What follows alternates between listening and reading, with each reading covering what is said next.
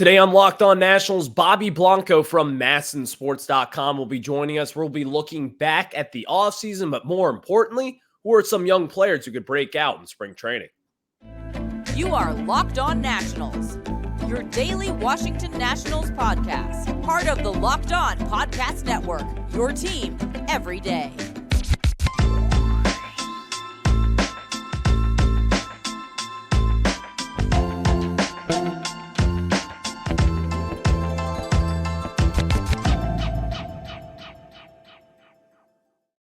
And thank you all for making Locked On Nationals your first listen every single day, as we are free and available wherever you get your podcast. And of course, I'm your host, Ryan Clary. You can catch me over on Twitter at RyanClary11 and as well as the show page at LO_Nationals. And of course, check out Locked On Nationals wherever you get your podcasts, including over on YouTube. Just search Locked On Nationals there, and that is where you will find us. Bobby Blanco from MASNsports.com. He joins us today here on this said podcast, Locked On Nationals. Again, search that wherever you get your pod. So, Bobby, how are you doing today, my friend? Ryan, it's been a long time. Good to see you. Thanks for having me on again. I can't believe, I feel like the last time we talked, we were previewing the offseason, and now here we are wrapping it up. We're a week away from Nationals pitchers and catchers reporting to West Palm Beach and holding their first workout a week from tomorrow. It's pretty crazy how fast this went. I know, man. It's crazy. And, it's exciting. It's a good, exciting time for this Nationals team. So, I think we got a lot to talk about today, Bobby, which is a good thing. But before that, today's episode is brought to you by FanDuel. Make every moment more. Right now, new customers join today and you'll get $200 in bonus bets if your first bet of $5 or more wins. Just visit FanDuel.com/lockedon to get started. And so, Bobby, let's kind of get started with this today as we're kind of looking back into the offseason. What kind of just happened this offseason? The Nationals didn't really make any too big of splashy signings, but just kind of looking at it from just on top view here, Dylan Floro, relief pitcher. You haven't really added anything to the starting rotation at this moment in time, but what have you made of the Nationals offseason so far? Yeah, I think this was kind of to be expected. I think a lot of fans, understandably so, are getting a little frustrated with the way that the Nats are approaching this offseason. But you look at this team the way it's currently structured, even before they've signed three guys over this offseason, is, they're not quite there yet to start competing at the major league level in terms of, going for a playoff spot, a division championship, a World Series. They're still building toward that. I think this time next year will be much more telling of how the Nationals are going to start approaching the offseason. If this year goes according to plan, where guys like C.J. Abrams, Keibert Ruiz, Lane Thomas, Josiah Gray, Mackenzie Gore, maybe even Jake Irvin again, and then you get some young guys coming up, possibly making their debuts in Dylan Cruz, James Wood. If they all take another step forward in their own development, and some of those earlier guys that are already established major leaguers maybe make like all-star game, lead the league in a specific category, whatever it may be, then I think next offseason we'll see them being a little more aggressive in terms of adding to the major league roster. But for what they did this year, you signed Dylan Floro, you signed Nick Senzel to be your third baseman. You finally get a big bat by signing Joey Gallo a couple weeks ago to play in the corner outfield spot and rotate around between left field, first base, maybe a little bit of DH.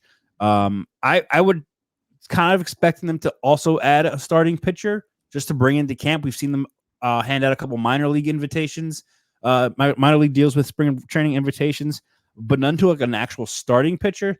I would expect that to come before they officially report this time next week, because Mike Rizzo always likes bringing in more competition, especially with that rotation. Kei Cavalli is not going to be ready until June-ish. So the way that this rotation stands now, I'll be surprised if that's the way they go into this the spring training with this rotation. But everywhere else, I think, is what's to be expected, even though I know Nats fans don't really want to hear that.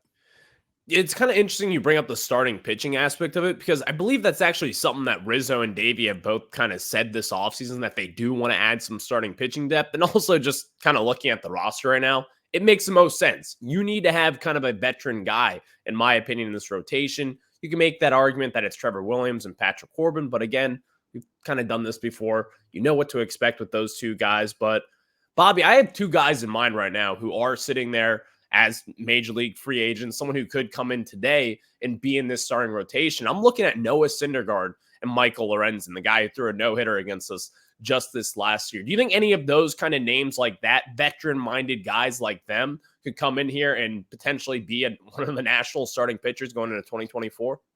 Yeah, I think those are the type of guys that you're looking to maybe sign. Like those, I know those guys are probably looking for major league contracts, but once we get to camps starting, I mean, a lot of these guys want to know where they are reporting. So maybe their asking price comes down. They just want to sign with a team, and that's when the Nationals can swoop in and maybe sign. But yeah, that's like, you know, your top level guys who are still out there. Probably you're not touching those. You're probably not enticing them to come to play or pitch for this team right now. But yeah, those mid-level, Syndergaard, Lorenzen, that's a good idea of the idea like I'm talking about of who they would want to bring in before camp starts to add to this rotation. Just again, like I said, bring in more competition, push. We know the top three, right? Gray, McKenzie, and then Jake Irvin has a spot right now. He needs to prove that he can earn that. But then, of course, Patrick Corbin and Trevor Williams. But maybe you're pushing Trevor Williams a little bit harder in camp to see if he can earn his spot back in that rotation. If not, move him to the bullpen.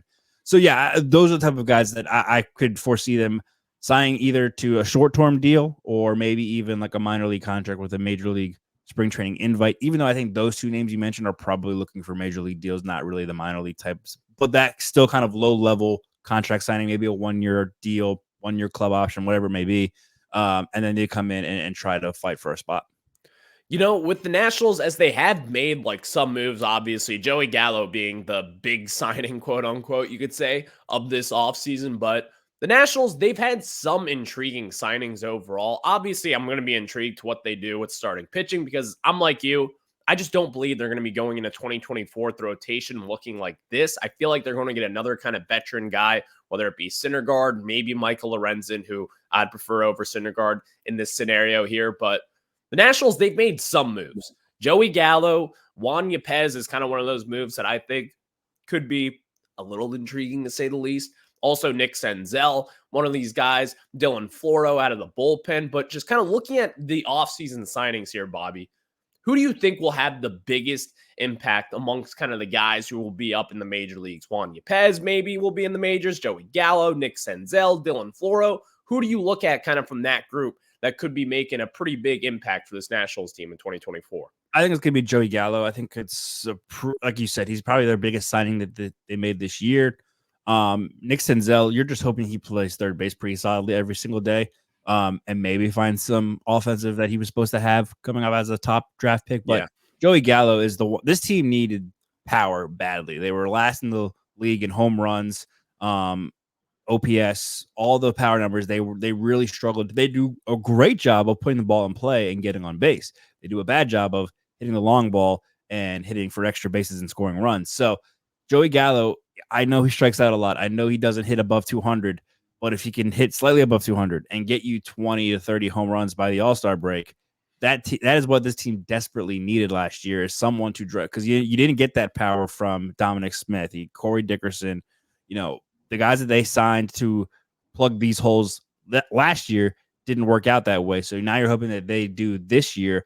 Again, not asking too much from Nick Senzel, but I think Joey Gallo, if he can hit just his career average amount of homers, which I think over the course of a full season is a little over 30, that's what this team desperately needs. Because then you're also hoping that guys like Keibert Ruiz, Riley Adams, Lane Thomas, who came on last year, show that they're also increasing their power a little bit. And this lineup is a little more oomph to it. You know what I mean? Like score runs in big bunches. Because before, like last year, if they didn't jump out to an early lead, it was pretty much over. Like they struggled to come back because they could not hit the long ball very well or very often. They could not hit a bases clearing double in the gap. It just didn't come for them that way. They were much get them on, get them over, get them in. And it's hard to, come back from in a baseball game when you're down early like that. So if they didn't take an early lead, it was hard for them to come back to win a ball game. With power now, that's a little more in play to, even if you go down early, you're not completely out of it. I think the Joey Gallo signing was actually a really good one for the Nats team also. Like, just all the things that are there, Joey Gallo, number one, is going to provide some depth as far as defensive metrics go. He can play first base, he can play third base, and obviously he's a Gold Glover type in the outfield as well with one of the stronger arms in this game. So Joey Gallo, and obviously at the plate, he's going to solve some issues there when it comes to power. Some people are going to talk about the strikeouts and everything, as you kind of mentioned there. But listen, in today's game in 2024, you need to hit home runs. You need to hit that long ball. The Nationals, they have not been able to do that since trading away Juan Soto and Josh Bell. They've been missing that big power bat. You got a little glimpse of that back in 2022 with Joey Meneses, but he took a major step back last year as far as his power goes. So I think Joey Gallo could kind of fill that void going into 2024 and beyond. But Bobby, this isn't just it about this offseason, because looking ahead to spring training, which this is what we're going to do right now, there's a lot of guys who maybe could be making some jumps going into 2024. We'll kind of tackle that topic after we tell you guys about our friends over at eBay Motors. And guys, when we talk about eBay Motors, we want you to know that passion, drive, and patience is what brings home the winning trophy, and it's also what keeps your ride or die alive. eBay Motors has everything you need to maintain your vehicle and level it up to peak performance, from superchargers, roof racks, exhaust kits, LED headlights, and more. Whether you're into speed, power, or style, eBay Motors has got you covered. With over 122 million parts for your number one ride or die, you'll always find exactly what you're looking for. And with eBay Guaranteed Fit, your part is guaranteed to fit your ride every time, or your money back. Because with eBay Motors, you're burning rubber, not cash. With all the parts you need at the price you want, it's easy to turn your car into the MVP and bring home that win. Keep your ride or die alive at ebaymotors.com. Eligible items only. Exclusions apply. eBay Guaranteed Fit are only available to U.S. customers. Again, keep your ride or die alive at ebaymotors.com. Now we get back into it with Bobby Blanco from MASNsports.com. You can catch me over on Twitter at Bobby_Blanco. So Bobby, it's kind of looking at spring training here, as again, we're about a week away from pitchers and catchers reporting. What a time to be alive here. Baseball is almost back here in the nation's capital. But what's kind of one main storyline that you're going to be watching going into spring training? Obviously, there's a lot.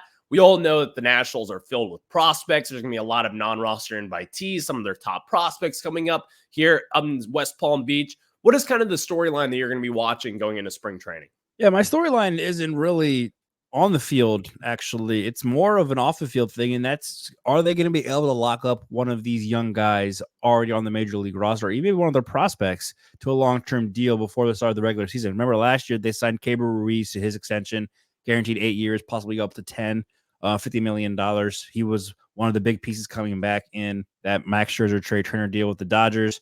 Do they try to extend Josiah Gray? Do they try to extend CJ Abrams after his breakout year last year? What do you do with Lane Thomas? I know he's a little older, but maybe you extend him to be your corner outfielder for the years to come. Or do you even go younger? Do you try to extend a Dylan Cruz or a James Wood to a long-term deal? We saw the Milwaukee Brewers do that with one of their top prospects this offseason, giving a contract to a guy who hasn't even reached AAA baseball yet. So I that's kind of my interest, only because they did do it last year, and now we're seeing younger prospects get long-term deals.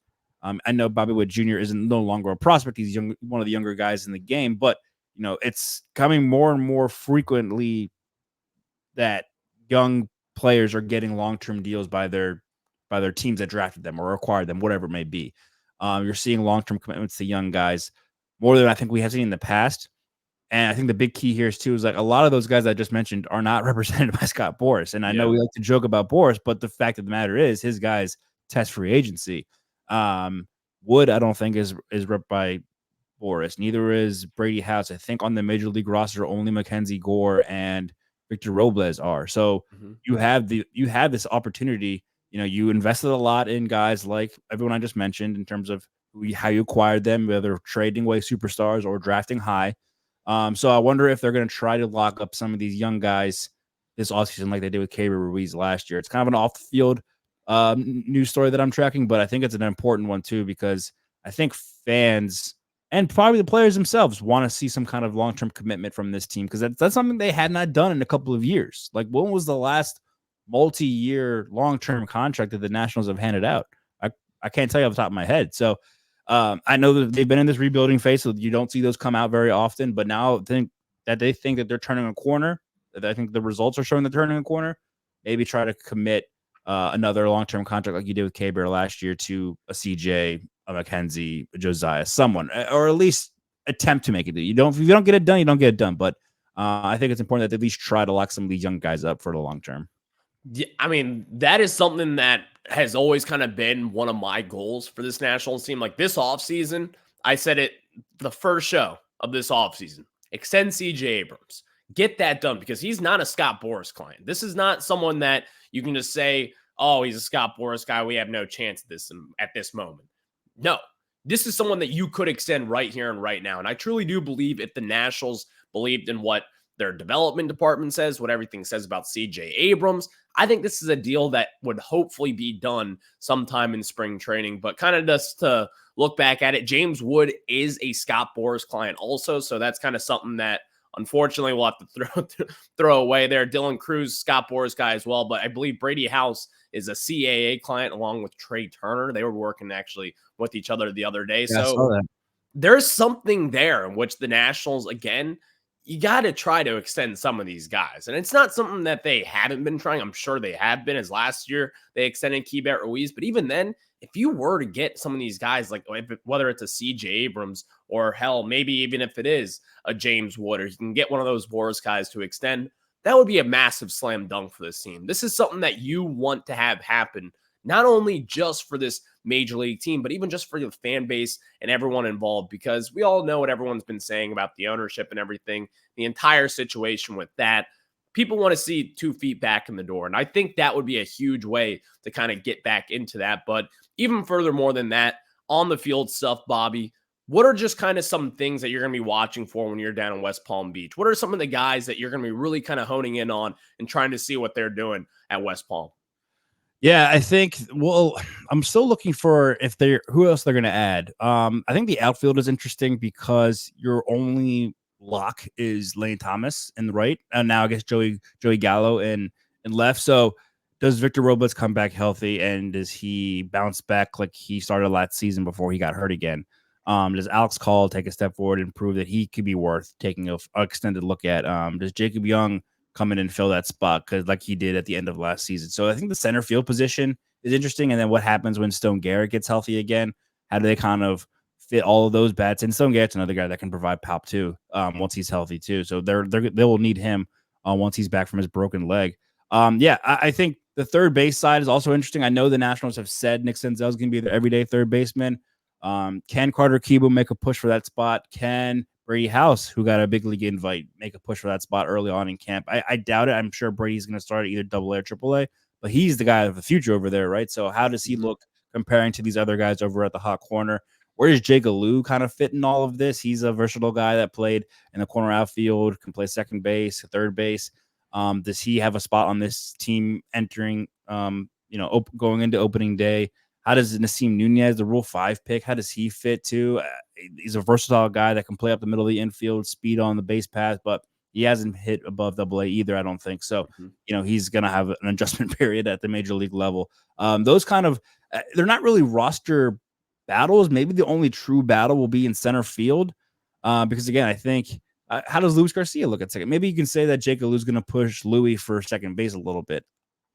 I don't know. I think those are kind of things I'm looking at in terms of like position battles heading into camp, because obviously shortstop's locked up, first base, catcher spot. Your rotation for the most part is. So it's really only center field. I think Senzel ends up winning third, but again, can Carter make one last push to prove that he deserves a long-term look? Then can Louis finally capture second base and be on the second baseman of the future, or does someone like Jake Alou, Trey Lipscomb come up and make a push for that spot? Trey Lipscomb is kind of someone that I've been kind of drooling over the last few months here.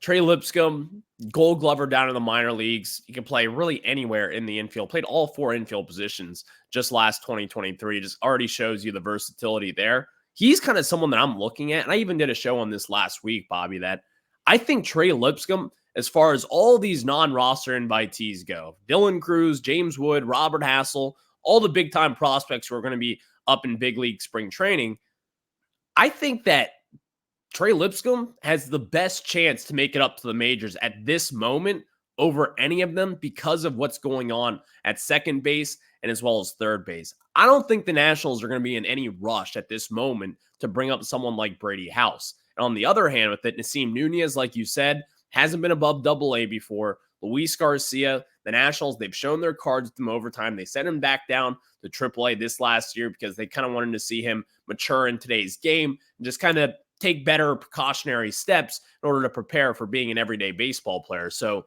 Trey Lipscomb is kind of someone that I could see the Nationals really moving up quickly. And then also looking at it, obviously his natural position is third base. You've already got Brady House. You've got Yohandy Morales and Trey Lipscomb as well. Those are 3 third basemen that you had at AA to end this last year.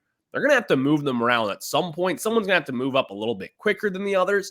That's why I kind of look at him as a college-ready guy. He's already been in the system for about a year and a half now. I could see the Nationals really kind of moving him up the chains here and getting him up to the majors relatively soon, a lot sooner than we think, at least at this moment in time. But I think second base is going to be a very intriguing position. And as you mentioned, center field with Robles, Jacob Young. I could see Jacob Young potentially coming out with this job, but we'll just have to see because Victor Robles, again, they love Victor Robles, 2019 world champ, but you kind of know what to expect at this moment in time when it comes to Robles and all. But all right, let's talk about some of these prospects. We kind of got into it here, but there's some intriguing prospects coming up to DC or coming down to West Palm Beach, rather, to spend spring training with the big leaguers. So we'll discuss that after I tell you guys about our good friends over at FanDuel. And guys, when we talk about FanDuel, we want you to know that it is the Super Bowl week and everyone should celebrate with our friend at FanDuel, America's #1 sportsbook. And if you're like me, Super Bowl Sunday is all about scoring the best seat on the couch, grabbing your favorite football snacks and placing some super bets. You could talk about all the different things. You can even talk about the commercials and all the good food, the wings, the buffalo chicken dip, and all the different things that you want. But of course, it's not the Super Bowl without FanDuel. And FanDuel has so many ways for you to end the season with a W or 2 or 10. You never really know. So not only you bet on who will win the Super Bowl, but FanDuel also has bets for which player will score a touchdown and so many more props. And also how many points will be scored, the over-unders, all that fun stuff. You're going to want to get in with FanDuel. New customers join today and you'll get $200 in bonus bets if your first bet of $5 or more wins. Just visit FanDuel.com/lockedon to sign up. That's FanDuel.com/lockedon. Make every moment more with FanDuel, the official sportsbook partner of the NFL. Now we get back into it with Bobby Blanco from MASNsports.com. Bobby, kind of looking at these non-roster invitees, you've got Robert Hassel, you've got James Wood, Dylan Cruz, Brady House, Trey Lipscomb, some of the big name prospects in this system. You can even talk about Darren Baker, who's going to be cracking the major leagues, hopefully at some point this season as well. There's a lot of intrigue going into spring training right now because I think this is kind of what Nationals fans are going to want to see. The Nationals, we all know this. We've talked about it for the last few years. It's all about the future right now. Going into 2024, that's what it's about again. So kind of looking at these guys, who do you think could be the most impressive kind of young prospect up in spring training? I think obviously you start with Cruz and Wood. I think they're right now probably, the most developed, just because, you had Dylan Cruz play at least 3 years in college, was the best college player in the country, won a national championship. We saw him adjust really quickly at single A, so much so that he went straight to double A after that. Mm-hmm. And he got a little tired at the end of the season. It's a long year for him. So that hopefully, just a regular offseason, give him rest. He'll come back. I think those two obviously are the top two guys with the most tools, the highest skill set, the highest ceiling probably as well. And I think they'll be able to hold their own the most in camp. Brady House as well. If you look at it, Brady House was probably actually the best all-around prospect at double A at the end of the last season, in terms of, hitting for average, playing solid defense at a primary position. Trey Lipscomb, you mentioned earlier, he's going to be interesting at second base. And then you just mentioned too, I was going to say Darren Baker. I mean, Darren Baker, he's probably one of the oldest of these guys. I think he's 24 years old, former 10th round pick out of UCal. He led their system. Well, not led. He was in their amongst the top 5, top 10 in their system in a lot of offensive categories, average, on base, hits, triples. He shows some speed down there as well. My only concern, not concern, but the only issue with picking, guys like Lipscomb and Baker to have strong camps and break the camp with the teams that they play the same position as Nasim Nunez, the Rule 5 pick. And Mhm. if it comes down to picking between those three, my guess is the Nationals are going to pick Nunez because he needs to be on the roster for the whole season in order to keep him after this year. And there's no reason to rush Baker or Lipscomb at this point to play in the major leagues. So they could have good camps. That doesn't mean that they're automatically going to make the team, because I think Nunez has that Rule 5 tag to him that's going to allow him to make the team and be on the roster for the entire season. So the Nationals can then have his long-term rights. But I agree. I think those two guys, we talk about Wood, House, Cruz all day long. I think those two guys, Lipscomb and Baker, are legit. If something happens to Nunez, Garcia, Jake Aloops, like those are the next guys that are going to make steps up. And I've predicted Trey Lipscomb is going to be, a sneaky one to watch, just because he brings so much diversity and flexibility in terms of your lineup. He can, like you said, play all infield positions. I think they've even tried him on the outfield, like they do a lot of these like very versatile athletic guys. And every team, I don't think he's going to be, a superstar. He's not going to be, a future Hall of Fame. Unlikely, right? Like he's not the level of prospect that James Wood and Dylan Cruz are. But every team needs that kind of glue guy, that guy that can either just be really solid, bat 6 or 7 in the lineup, play really good defense. Where you're getting out of him. You can't have a full team of all stars, right? You need those kind of glue guys that, play a role on the team. I think Lipscomb can be that guy for the Nationals down the line. And I think he could be an important piece to the next winning team because of the versatility he brings. And, just the overall that he just does everything pretty well, right? Like he does. There's not one place where he is crazy off the charts. There's not one place where he's really below average. He's just pretty standard across the board. And I think every team kind of needs one of those guys. Talking about Trey Lipscomb now, and I think both here, I won't speak for you, Bobby, but I'm a Trey Lipscomb guy. I'm officially am. I think he's very good. I think he's a very slept on prospect at this moment also. Trey Lipscomb is kind of someone that I look back in the 2010s run. That's what I always try to compare. I try to compare these prospects to some of the guys who everyone out here, all the Locked On Nationals fans, listeners are familiar with. I kind of look at Trey Lipscomb and I think kind of the best absolute thing that could happen with him. And I'm not saying this is what he's going to be. He could be better. It could be a little worse. But I look at him and I think he could be kind of like a Danny Espinosa type. Like someone who's not going to be a superstar, but again, a glue guy. Someone who's kind of come up with this system, developed, very good defender. Someone you can play up the middle, really anywhere in the infield, really. And at times, he'll come with some sneaky power. He'll provide some bat every now and then. I think that's kind of what Nationals fans should expect with Trey Lipscomb going forward. And that is kind of the comparison that I could see when it comes to talking about Trey Lipscomb and what he's going to provide up in the major league someday. So that's interesting that you also think that same way with Trey Lipscomb. It'll be interesting to see what he does in spring training as far as Brady House, James Wood, Robert Hassel, and Dylan Cruz, all the big name guys. We'll be watching them. Bobby, you'll be covering them. Bobby, you're actually going down to West Palm Beach this year? Yeah, I'll be down there the second week. So I'll go down President's Day, the 19th through the 23rd. MASN All Access, we're going down there. We'll be doing our live spring training report show from there on that Thursday. And then I come back for a week and go back down to relieve Mark Zuckerman for about 10 days. So making 2 separate trips over the course of like 4 weeks. Oh, man, you're making 2 separate trips down to West Palm Beach? Oh, yeah, in the middle of February, early March. Darn it, right? Oh, I feel so bad for you. God, don't you feel, if you need help, I got you covered, all right? I can do that. Have you been? I haven't been yet.